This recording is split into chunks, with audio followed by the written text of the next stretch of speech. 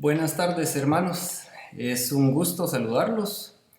Estoy desde aquí saludándolos desde Sanarate, nuevamente con el privilegio hermoso que es poder compartir la palabra. Voy a pedirles, por favor, hermanos, que en la medida de lo posible pudieran confirmarme a través del WhatsApp si están viendo bien el video y si se escucha bien, por favor. Así podemos iniciar con la plena seguridad de que todos estamos escuchando y que se está transmitiendo bien. Me encuentro aquí en la casa. Hoy estoy solo. Mi esposa y mis hijos pues están fuera de la casa, andan visitando a la bisabuela y a la abuelita. Los cubrimos con la sangre de Cristo, igual que a mi amada suegra y su mamá. No sé si alguien me pudiera confirmar en el WhatsApp, hermanos. Amén, gracias, hermano David. Les agradezco entonces a todos los hermanos que se están conectando. Les agradezco también el horario que me abrieron ahorita a las 5 de la tarde. Es un poco complicado para mí porque aunque no estoy todos los días físicamente en el trabajo, sí tengo más reuniones que antes. ¿Verdad? Esto del teletrabajo así es. Y todo el día pues paso en reuniones y el día perdón, el horario de ahorita de las 5 de la tarde es exacto para poder hacer este tipo de transmisiones desde aquí. Les repito, es un privilegio, amados hermanos, poder compartir la palabra. Si ustedes ven el título del video, dice La Iglesia de Sardis. Cuando me hablaban los pastores, me habla el pastor y me dice el tema de la Iglesia de Sardis. Estábamos, recuerdo, hablando la semana pasada que iba a ser la publicación y por temas laborales y otras cosas ya no me dio chance de conectarme ese día. Pero ellos me decían, hay que hablar sobre la Iglesia de Sardis. Cuando me dijeron eso, mi mente rápido empezó a pensar Apocalipsis, Revelaciones, qué complicado, escenarios escatológicos y ese montón de cosas. Y empecé un poquito a pensar a dónde me querrá llevar el Señor con la preparación de un tema como la iglesia de Sardis o las iglesias en general. Y pues bueno, van a ver ustedes, hoy estoy pues bastante contento porque el Señor, primero como siempre, cuando prepara un tema, le habló a mi corazón. Pero entendí muchas cosas que no había entendido antes a través de la preparación del mismo. Y al final, hermanos, no sé si es el Espíritu Santo al final de cuentas, y creo que sí, estoy plenamente confiando que Él es... me abrió el tema de las iglesias en general y de la iglesia de Sardis de una manera muy fácil. Cuando lo leía decía yo, pero ¿por qué era tan difícil para mí entenderlo?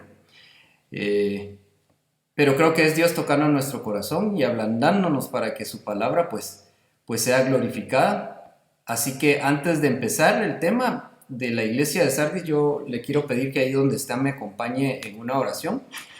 Padre, en el nombre poderoso de Cristo Jesús, hoy Señor me presento delante de la congregación, de esta amada congregación que tú me has dado el privilegio de pertenecer, Señor. Primero, bendigo a cada hermano de la congregación, bendigo su cobertura y todos los hermanos que ayudan a esa cobertura, a nuestros pastores, Señor, a los pastores adjuntos, a los ancianos, Señor, y cada uno de los miembros que sirven o que están, Señor, participando activamente en esta congregación.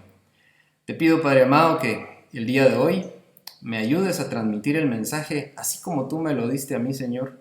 Que por favor todas las palabras que yo utilice sean las que tu Espíritu Santo está poniendo en mi boca. Que sea tu nombre el glorificado y no otro nombre, Señor. No a nosotros, sino a tu nombre sea toda la gloria. En el nombre poderoso de Cristo Jesús, yo me cubro con tu sangre, Señor, y te pido entonces que tu Espíritu Santo tome el control de lo que va a suceder de aquí en adelante. Bueno, hermanos, para empezar, yo quiero pedirles que me acompañe a su Biblia y que nos vayamos al libro de Revelaciones y nos vayamos al capítulo 1. Yo ahorita en pantalla le voy a poner una versión que a mí me gusta bastante, ¿verdad? Es la traducción al lenguaje actual. Y vamos a leer de primero el verso número 3. Y Apocalipsis 1:3 dice: Dios bendiga a quien lea en público este mensaje, y bendiga también a los que lo escuchen y lo obedezcan. Ahí usted tuvo que haber dicho amén y saltado de la mesa o de la silla en donde esté, hermano. Ya viene el día en que Dios cumplirá todo lo que se anuncia en este libro. Hay versiones que dicen que el día está cerca. Entonces, cuando empecé, hermanos, y leí esta parte, porque dije, no puedo leer sin antes leer el contexto de todo lo que estaba pasando en ese momento en que a Juan le es revelado todos los mensajes para las iglesias, ¿verdad? Seguidamente dice: yo, Juan, saludo a las 7 iglesias que están en la provincia de Asia. Dios es el que vive, el que siempre ha vivido y el que está por venir.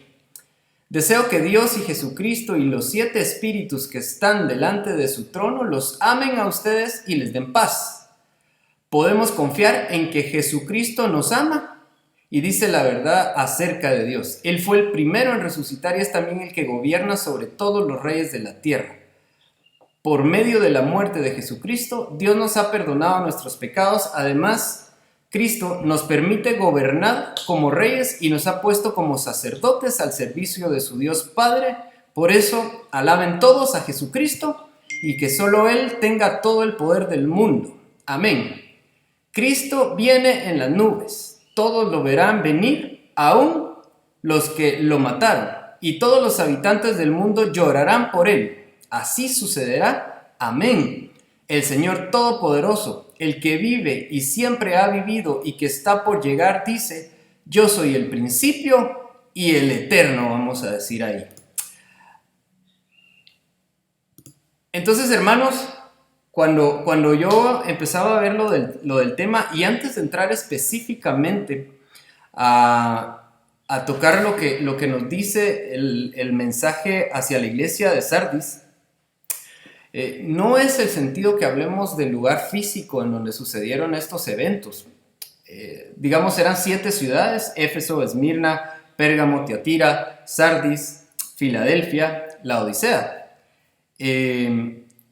Esos eran unos lugares, hermanos, que estaban cerca de los puertos. Algunos de ellos eran puertos y otros estaban muy cerca. Entonces era una zona bastante comercial en términos generales. Eran zonas de tránsito. Era una ruta importante la que atravesaba estas 7 ciudades que en ese tiempo existían, ¿verdad?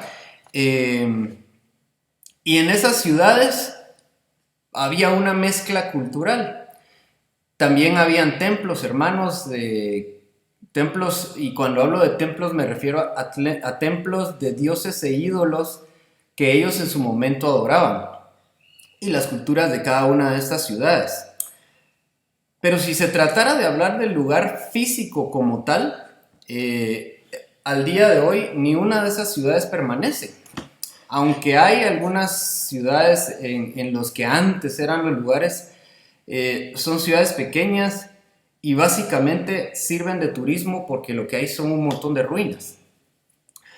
Entonces, seguro que cuando Dios nos está hablando de las 7 iglesias, no nos está hablando de algo físico, no nos está hablando de un lugar específico, no nos está hablando de una iglesia en particular, sino cuando Dios habla de las 7 iglesias que habían en esta región de Asia, nos habla de una iglesia que es universal y que es propiedad de Cristo. O sea, le está hablando a la iglesia de Cristo. Y bueno, si leemos un poquito más adelante en el capítulo 1 de Revelaciones, Juan dice que él está frente a Cristo, pero él ve que en su mano derecha está sosteniendo 7 estrellas. Y hace referencia a que cada una de las estrellas pues es el ángel que está en la iglesia. Si ese ángel está en la iglesia, hermanos, quiere decir de que esos ángeles eran la cobertura de la iglesia. Cada uno en las iglesias que menciona aquí era cobertura de su iglesia. Y si esos ángeles están en la mano de Cristo, quiere decir que son propiedad de Cristo.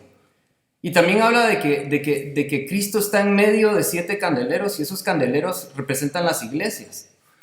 Entonces Él es dueño de toda esa parte que está ahí, de los 7 candeleros y de las coberturas que están sobre las iglesias.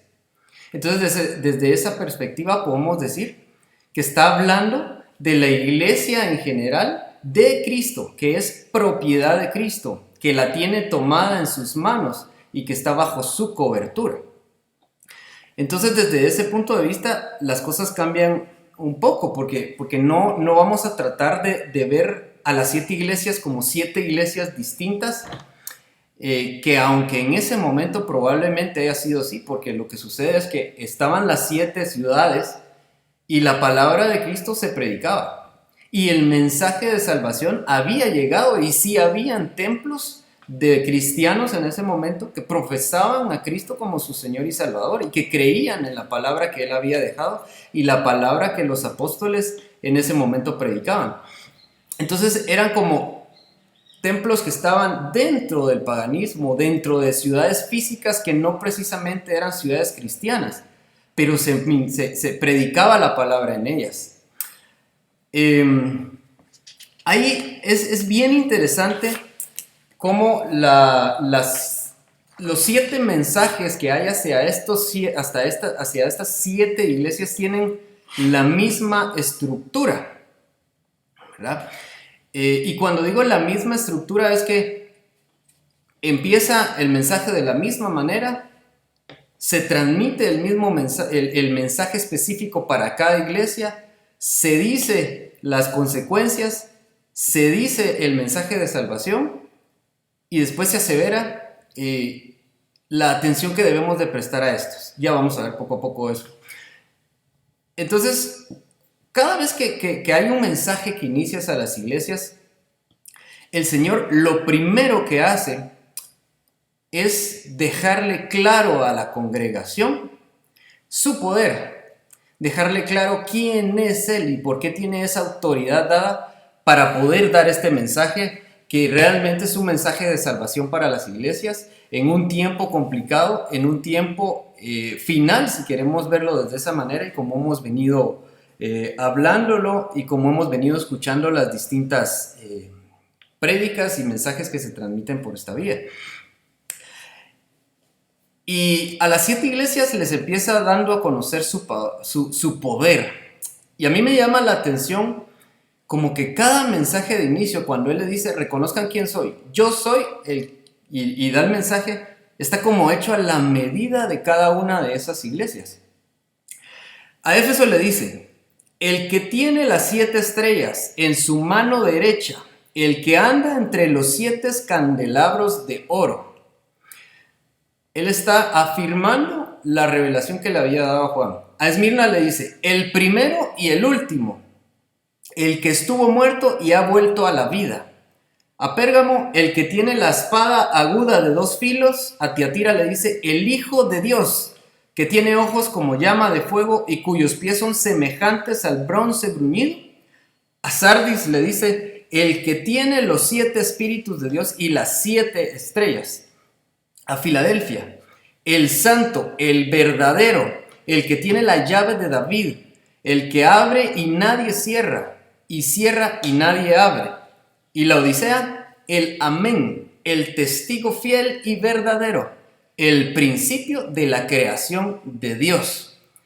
Si los vemos todos juntos, hermanos, Cristo nos está dando a conocer su poder. ¿Por qué nosotros debemos de agudizar nuestros... Me van a perdonar, hay una mosquita aquí que no me deja en paz.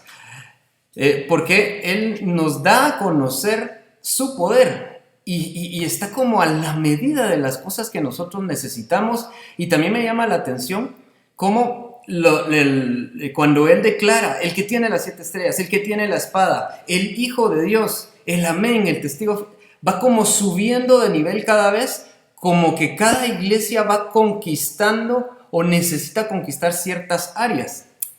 Y entonces entra al mensaje directo hacia cada una de las iglesias.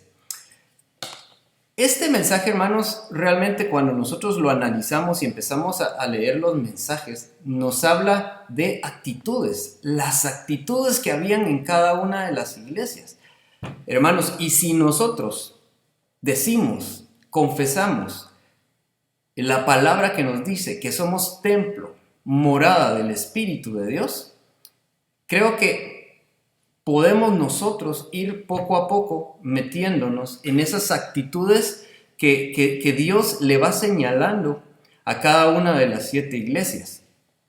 Y ya dijimos, habla de 7 iglesias, pero estamos hablando de una iglesia que es universal y es la iglesia de Cristo, propiedad de Él. Y entonces podemos nosotros entender, ok, el Señor ya nos declara su poder. El Señor nos está declarando cuál es su poder y que con ese poder nosotros podemos vencer todas esas actitudes que a cada una de las iglesias Él le va dando a conocer en cada uno de los mensajes. Entonces, si los mensajes a las iglesias específicamente habla de actitudes que probablemente habían en las personas que se congregaban físicamente en ese tiempo, pero como su palabra es eterna. Y entonces para hoy es una enseñanza, podemos decir, perfecta para nuestro tiempo, para el tiempo que nos ha tocado vivir. Es una enseñanza perfecta cuando empezamos a ver todos los eventos escatológicos que el pastor ha estado predicando. Es una enseñanza perfecta porque estamos a tiempo. Y eso es una de las cosas que a mí me gusta del mensaje que le da a la iglesia de Sardis. Resumiendo entonces esta introducción, el Señor le está hablando a su iglesia a través de estos 7 mensajes. Le está hablando y le está diciendo, yo tengo el poder, yo tengo el poder, yo soy el que estuvo desde el principio de la creación de Dios, soy el mismo Hijo de Dios. Cristo está dándonos a conocer su poder a través de cada uno de los mensajes. Y luego nos dice, y este poder que yo te estoy dando te va a servir para que logres quitar esa actitud que aún permanece dentro de ti, hablándonos a nosotros, a nuestro corazón. Entonces, si entramos ahora sí de lleno a lo que es la iglesia de Sardis, y vemos entonces el capítulo número 3 de Revelaciones.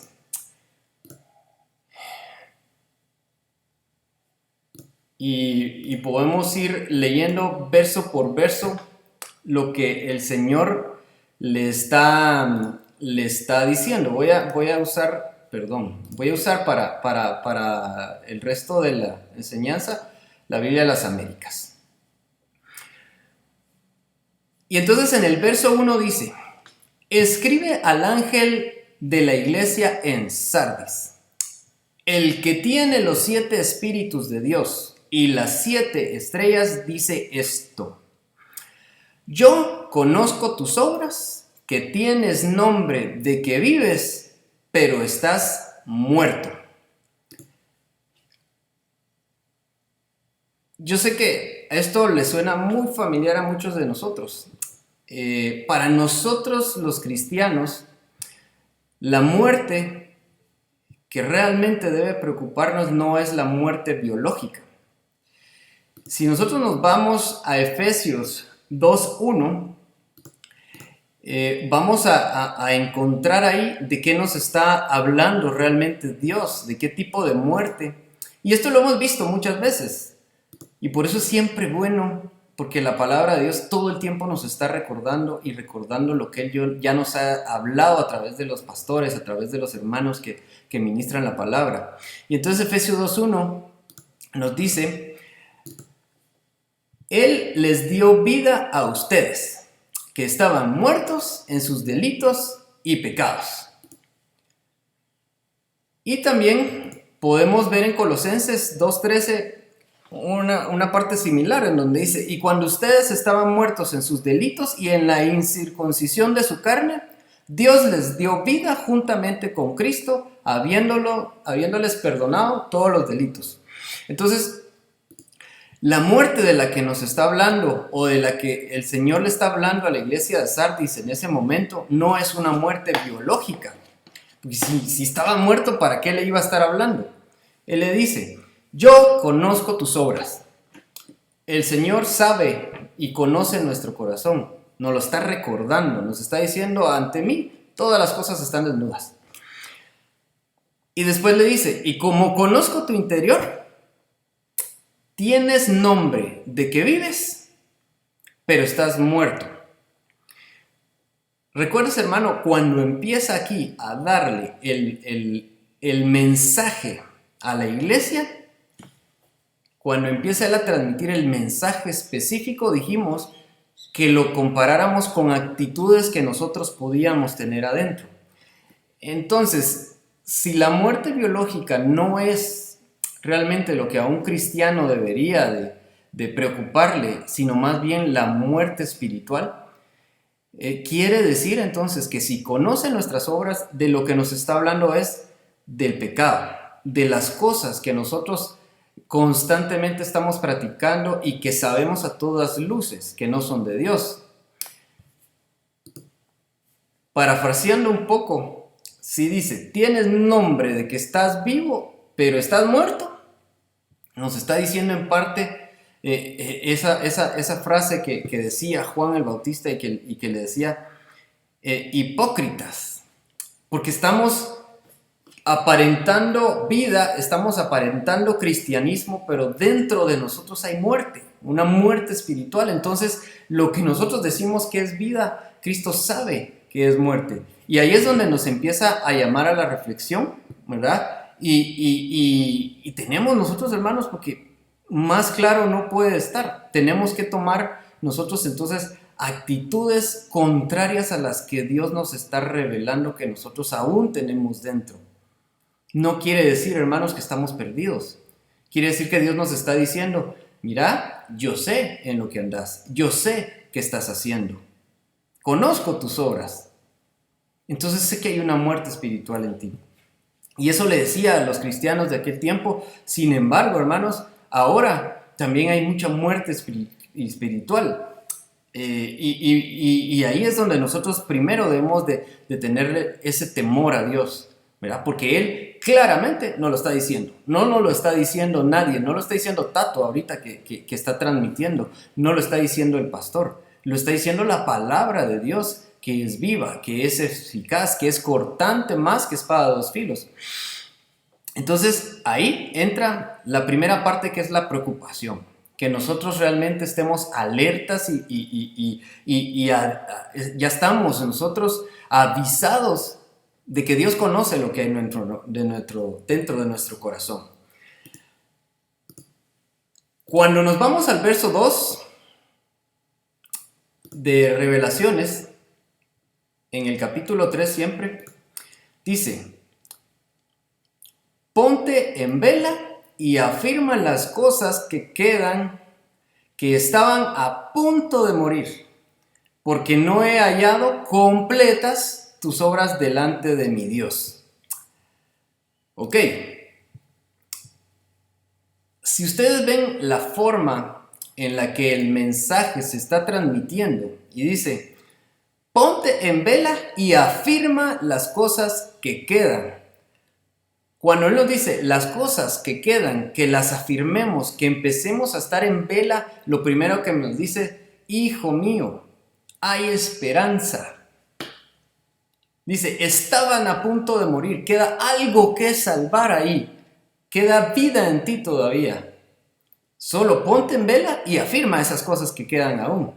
Y después dice, porque no he hallado completas tus obras delante de mi Dios. Entonces, cuando dice no he hallado completas, quiere decir que aún están cosas pendientes, que falta por completar algunas cosas. Entonces, hermanos, cuando vemos esta parte, lo primero que tenemos que hacer es entender que Dios nos da la esperanza que todavía estamos a tiempo, que todavía hay cosas que nosotros podemos rescatar. Que Él nos dijo, dices que tienes vida pero estás muerto. Pero dice, pero hay cosas en ti que aún se pueden rescatar. Hay cosas que todavía tú puedes hacer.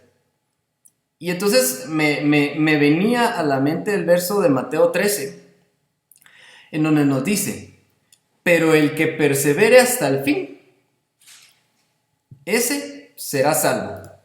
El que persevere hasta el fin, ese será salvo. Mateo 24, 13. Y fíjense, hermanos, que aquí empieza algo bien interesante. Porque cuando Dios nos dice, ponte en vela y afirma las cosas que quedan, que estaban a punto de morir, porque no he hallado completas tus obras delante de mi Dios. Pero Él nos está dando esperanza. Y todavía nos dice, pero el que persevere hasta el fin, ese será salvo. Y no es un verso aislado que hace clic con lo que estamos leyendo, ¿no? Cuando empezamos a ver el contexto, y aunque los títulos de la Biblia realmente no estaban ahí, pero nos dicen bastante, cuando Él empieza, cuando Él nos da este verso, nos habla de las señales antes del fin. Cuando Él está sentado en el Monte de los Olivos y nos empieza a dar esas señales que van a ver y que hemos leído, y que muchas de ellas estamos viéndolas en la actualidad. Y Él nos dice, pero el que persevere hasta el fin, ese será salvo. Entonces ahí sí hace clic, ¿verdad, hermanos? Con lo que estamos leyendo de Sardis. Cuando le dice, no están completas tus obras, podemos tener esa esperanza de que cuando llegue, si nosotros perseveramos, si hoy atendemos el llamado donde Él nos está diciendo, ponte en vela y afirma las cosas que aún quedan, ahí estamos perseverando, ahí vamos a estar perseverando hasta el fin. Y nos dice, ese será salvo. Ahí cierra la esperanza que nos está dando.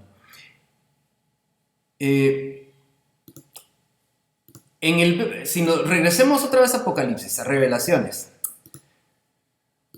Y ahora nos vamos al verso número 3. Y dice, acuérdate pues de lo que has recibido y oído. Guárdalo y arrepiéntete. Por tanto, si no velas, vendré como ladrón y no sabrás a qué hora vendré sobre ti. Ahí hay más esperanza. Porque ya cuando nos dijo que tus obras no están completas delante mía todavía, pero hay cosas que quedan por salvar, y luego nos dice, acuérdate pues de lo que has recibido oído. ¿Qué será eso? Pues toda la palabra que hemos escuchado, toda la palabra que hay en la congregación, todo lo que al pastor le he revelado, a todos los hermanos le he revelado y que sale a través de las transmisiones ahora que nos toca estar en esta modalidad. Eso es lo que nosotros hemos recibido, eso es lo que nosotros hemos oído. Guárdalo y arrepiéntete. Nuevamente, el sello de esperanza. Arrepentámonos, arrepiéntete. Por eso les decía, esto tocó mi corazón grandemente, porque definitivamente hay muchas cosas de las que nosotros aún debemos arrepentirnos. Y si no velas, vendré como ladrón, y no sabrás a qué hora vendré sobre ti. Así termina el verso 3.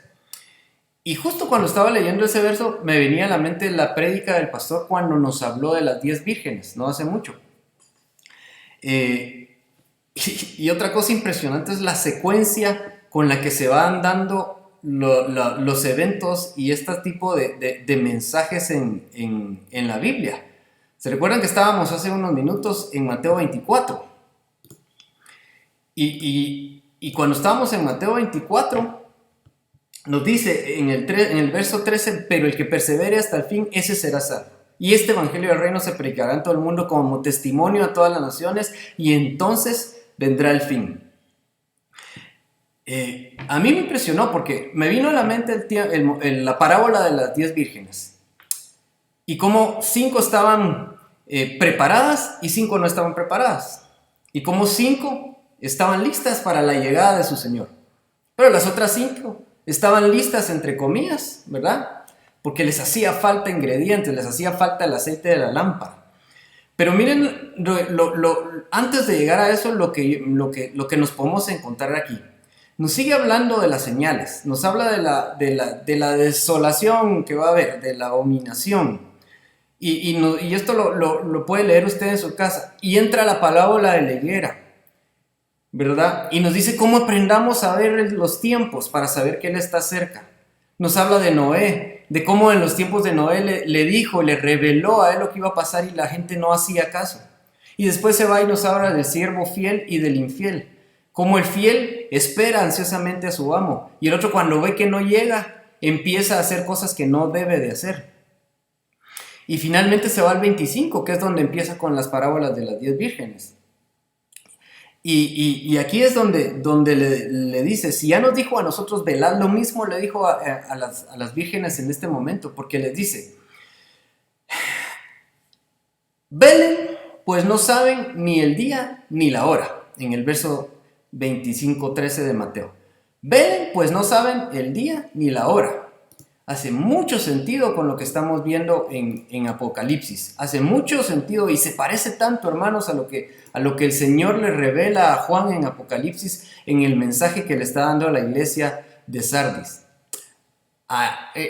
Quitemos el nombre de la iglesia de Sardis. En el mensaje que le está dando a las personas que están vivas, que parece que están vivas, pero al final están muertas. Y cada quien vaya echando pan para su matate, ¿verdad? Así como lo hice yo cuando preparé el tema, hermano, porque esto me confrontó grandemente. Y entonces,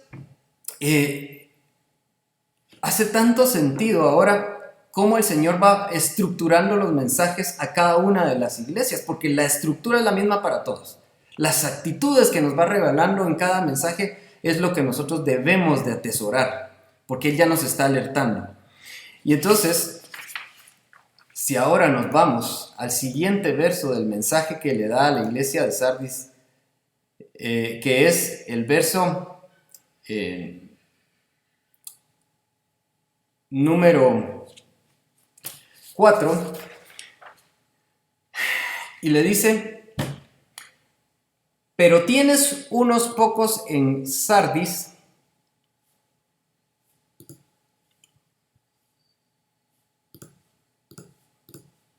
que no han manchado sus vestiduras, y andarán conmigo vestidos de blanco, porque son dignos. Pero tienes unos pocos en Sardis que no han manchado sus vestiduras, y andarán conmigo vestidos de blanco, porque son dignos.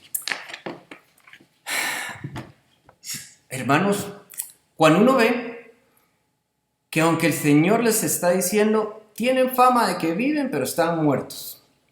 Sus obras están incompletas, pero hay algo que se puede rescatar. Pero también les aumenta la esperanza y les dice, miren, si se puede, porque dentro de ustedes aún hay quienes mantienen sus vestiduras blancas, quienes no han manchado sus vestiduras. Ellos van a seguir vistiendo de blanco conmigo, les dice. Y me traía a memoria el verso de Eclesiastés 9:8, en donde dice, en todo tiempo sean blancas tus vestiduras y que no falte el ungüento sobre tu cabeza. Que no falte el Espíritu Santo en las cosas que tú haces. Busca del Espíritu. Entonces, hermanos, sí se puede. Sí hay una forma de mantenernos limpios. Y es a través del Espíritu Santo. A través de su palabra revelada por el Espíritu Santo. Que no nos falte el ungüento. Así como a las 10 vírgenes les faltó el aceite en su lámpara, es el mismo mensaje que está diciendo aquí y que nos está diciendo, mirad, tu lámpara tiene que tener aceite, lo que tú haces tiene que tener aceite, si no, seguís muerto espiritualmente, y entonces se nos abren los ojos espirituales en ese momento de decir, Dios mío, Me estás dando esperanza y simplemente me estás diciendo, mira, y además nos dijiste, les dejo un consolador, ya no lo diste, ahí está el Espíritu Santo para nosotros. Y muchas veces nosotros no lo escuchamos con estas actitudes. Pero cuando nosotros deponemos las actitudes, estamos conscientes de lo que estamos haciendo y que no está bien para el Señor, y el Espíritu Santo entonces nos llena, entonces podemos andar con nuestras vestiduras sin mancha. Y esto es fantástico, hermano, esto es maravilloso porque nosotros entonces tenemos la esperanza y el Señor nos está dando la clave.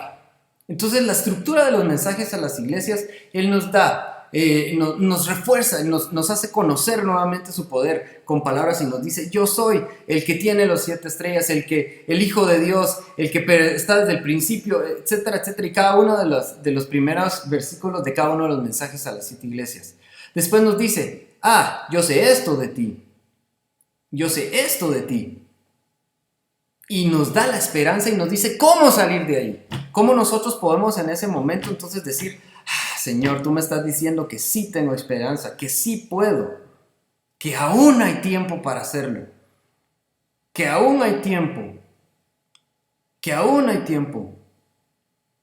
Tú me estás diciendo, Señor, de que nos dice que va a venir como ladrón en la noche.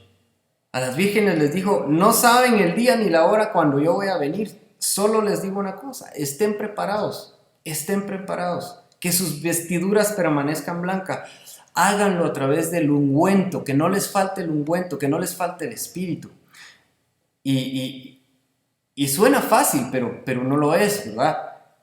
Pero en el momento en que nosotros reconocemos esa necesidad del espíritu, porque al final es voluntario, y paso al verso 5 ahí, porque cuando dices voluntario, si ustedes ven, así el vencedor será vestido de vestiduras blancas, y no borraré su nombre del libro de la vida, y reconoceré su nombre delante de mi Padre y delante de sus ángeles. Ok. Voluntario, hermanos. ¿Cuándo hay victoria? Cuando ganamos. ¿Y cómo ganamos? Vámonos a un deporte, que es lo más fácil de entender el tema de la victoria. Si nosotros queremos conquistar una victoria, tenemos que esforzarnos, entrenar y entrenar más. Cuando nosotros entrenamos, empezamos a agarrar esa resistencia, empezamos a agarrar esa resiliencia, esa resistencia de poder terminar lo que vamos a empezar, una carrera, un partido, y la victoria está al final. ¿Cuándo? Si ganamos. Y aunque suene redundante y es obvio, es cierto, si nosotros obtenemos la victoria, y el Señor aquí, observe usted, hermano, que le está diciendo, así el vencedor. Si bien es cierto, Dios nos da la victoria, en este momento nos está diciendo, tenés que ganarte la victoria. Al que venciere. O sea que voluntariamente yo decido vencer.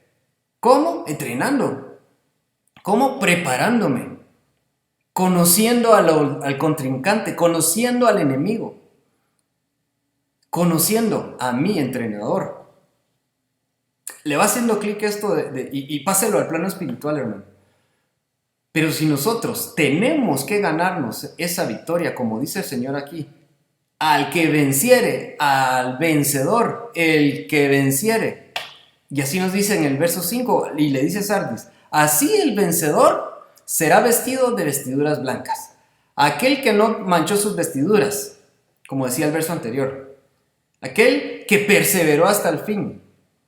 Aquel que se dio cuenta. Aquel que se dio cuenta de que habían cosas que quedaban y que estaban a punto de morir, pero que decía, acuérdate de lo que has recibido oído, guárdalo, arrepiéntete. Ese que se dio cuenta de esto empezó a entrenar y él se prepara. Él se prepara y empieza a hacer todo lo que él ha escuchado y lo que ha recibido. Empieza a guardarlo, a atesorarlo, porque sabe que el fin está cerca, porque sabe que la victoria que él tanto anhela está cerca. Así el vencedor será vestido de vestiduras blancas y no borraré su nombre del libro de la vida. Mire el galardón, hermano. Mire el galardón. Y aquí voy a parar un ratito de la iglesia de Sardis y voy a hablar nuevamente de la iglesia universal, de las 7 iglesias. Y aquí es donde él, después de darnos el mensaje y decirnos cómo ganarla, nos da esa esperanza y cómo hacer las cosas, él nos dice, mira, este es el trofeo que te está esperando cuando venzás. Cuando se hace el vencedor, este es tu trofeo. Y mire, aquí sí voy a leer las de las 7 iglesias. A Éfeso le dice, al vencedor le daré a comer del árbol de la vida, que está en el paraíso de Dios. A Esmirna le dice, el vencedor no sufrirá daño de la muerte segunda. A Pérgamo, al vencedor le daré del maná escondido y le daré una piedrecita blanca y grabado en la piedrecita un nombre nuevo, el cual nadie conoce sino aquel que lo recibe. Mire sus galardones. Al vencedor, al que guarda mis obras hasta el fin, le daré autoridad sobre las naciones y las regirá con vara de hierro. Ese es el mensaje que te tira.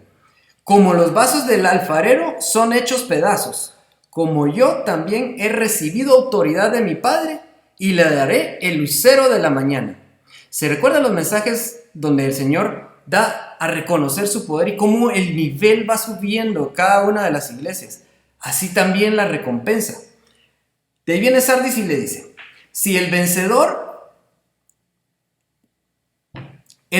será vestido de vestiduras blancas y no borraré su nombre del libro de la vida. Y reconoceré su nombre delante de mi Padre y delante de sus ángeles. A Filadelfia le dice, al vencedor le haré una columna en el templo de mi Dios y nunca más saldrá de allí. Escribiré sobre él el nombre de mi Dios y el nombre de la ciudad de mi Dios, la nueva Jerusalén, que desciende del cielo de mi Dios, mi nombre nuevo. Y a la Odisea termina diciendo, al vencedor le concederé sentarse conmigo en mi trono, como también vencí y me senté con mi Padre en su santo trono. Imagínense esos galardones que le da a las 7 iglesias. Así es como el Señor termina el mensaje de cada una de ellas. Así es como le dice, este es el galardón. Así es como le dice, esto es lo que vas a ganar si pones y te arrepientes de todo lo que ya te dije. Yo tengo el poder, empieza. Yo te conozco y le da el mensaje. Después le dice, pero hay esperanza. Y le dice qué hay que hacer a su iglesia universal de Cristo, a la iglesia propiedad de Cristo. Y después le dice, vaya, cuando hagas eso, este es tu galardón. Y finalmente, en los últimos versos de cada uno de los mensajes a la iglesia, el Señor dice, el que tiene oído, oiga lo que el Espíritu dice a las iglesias. El que tiene oído, oiga. El Señor nos está hablando claro. Y nosotros debemos de tener oídos circuncidados, oídos espirituales, para todo esto que nos está hablando hoy. Así que el Señor nos da una oportunidad más. El Señor nos está diciendo, hijo mío, te amo. Hijo mío, sí se puede. Tienes esperanza. Los tiempos son finales. Mira las señales. Se acerca el día. Y aunque se lo decía a las iglesias en aquel tiempo, y aunque lo estemos oyendo hoy, más de 2000 años de ese tiempo, el mensaje es para nosotros. El mensaje es para nuestro tiempo y será para el tiempo del Señor. Y la esperanza está ahí.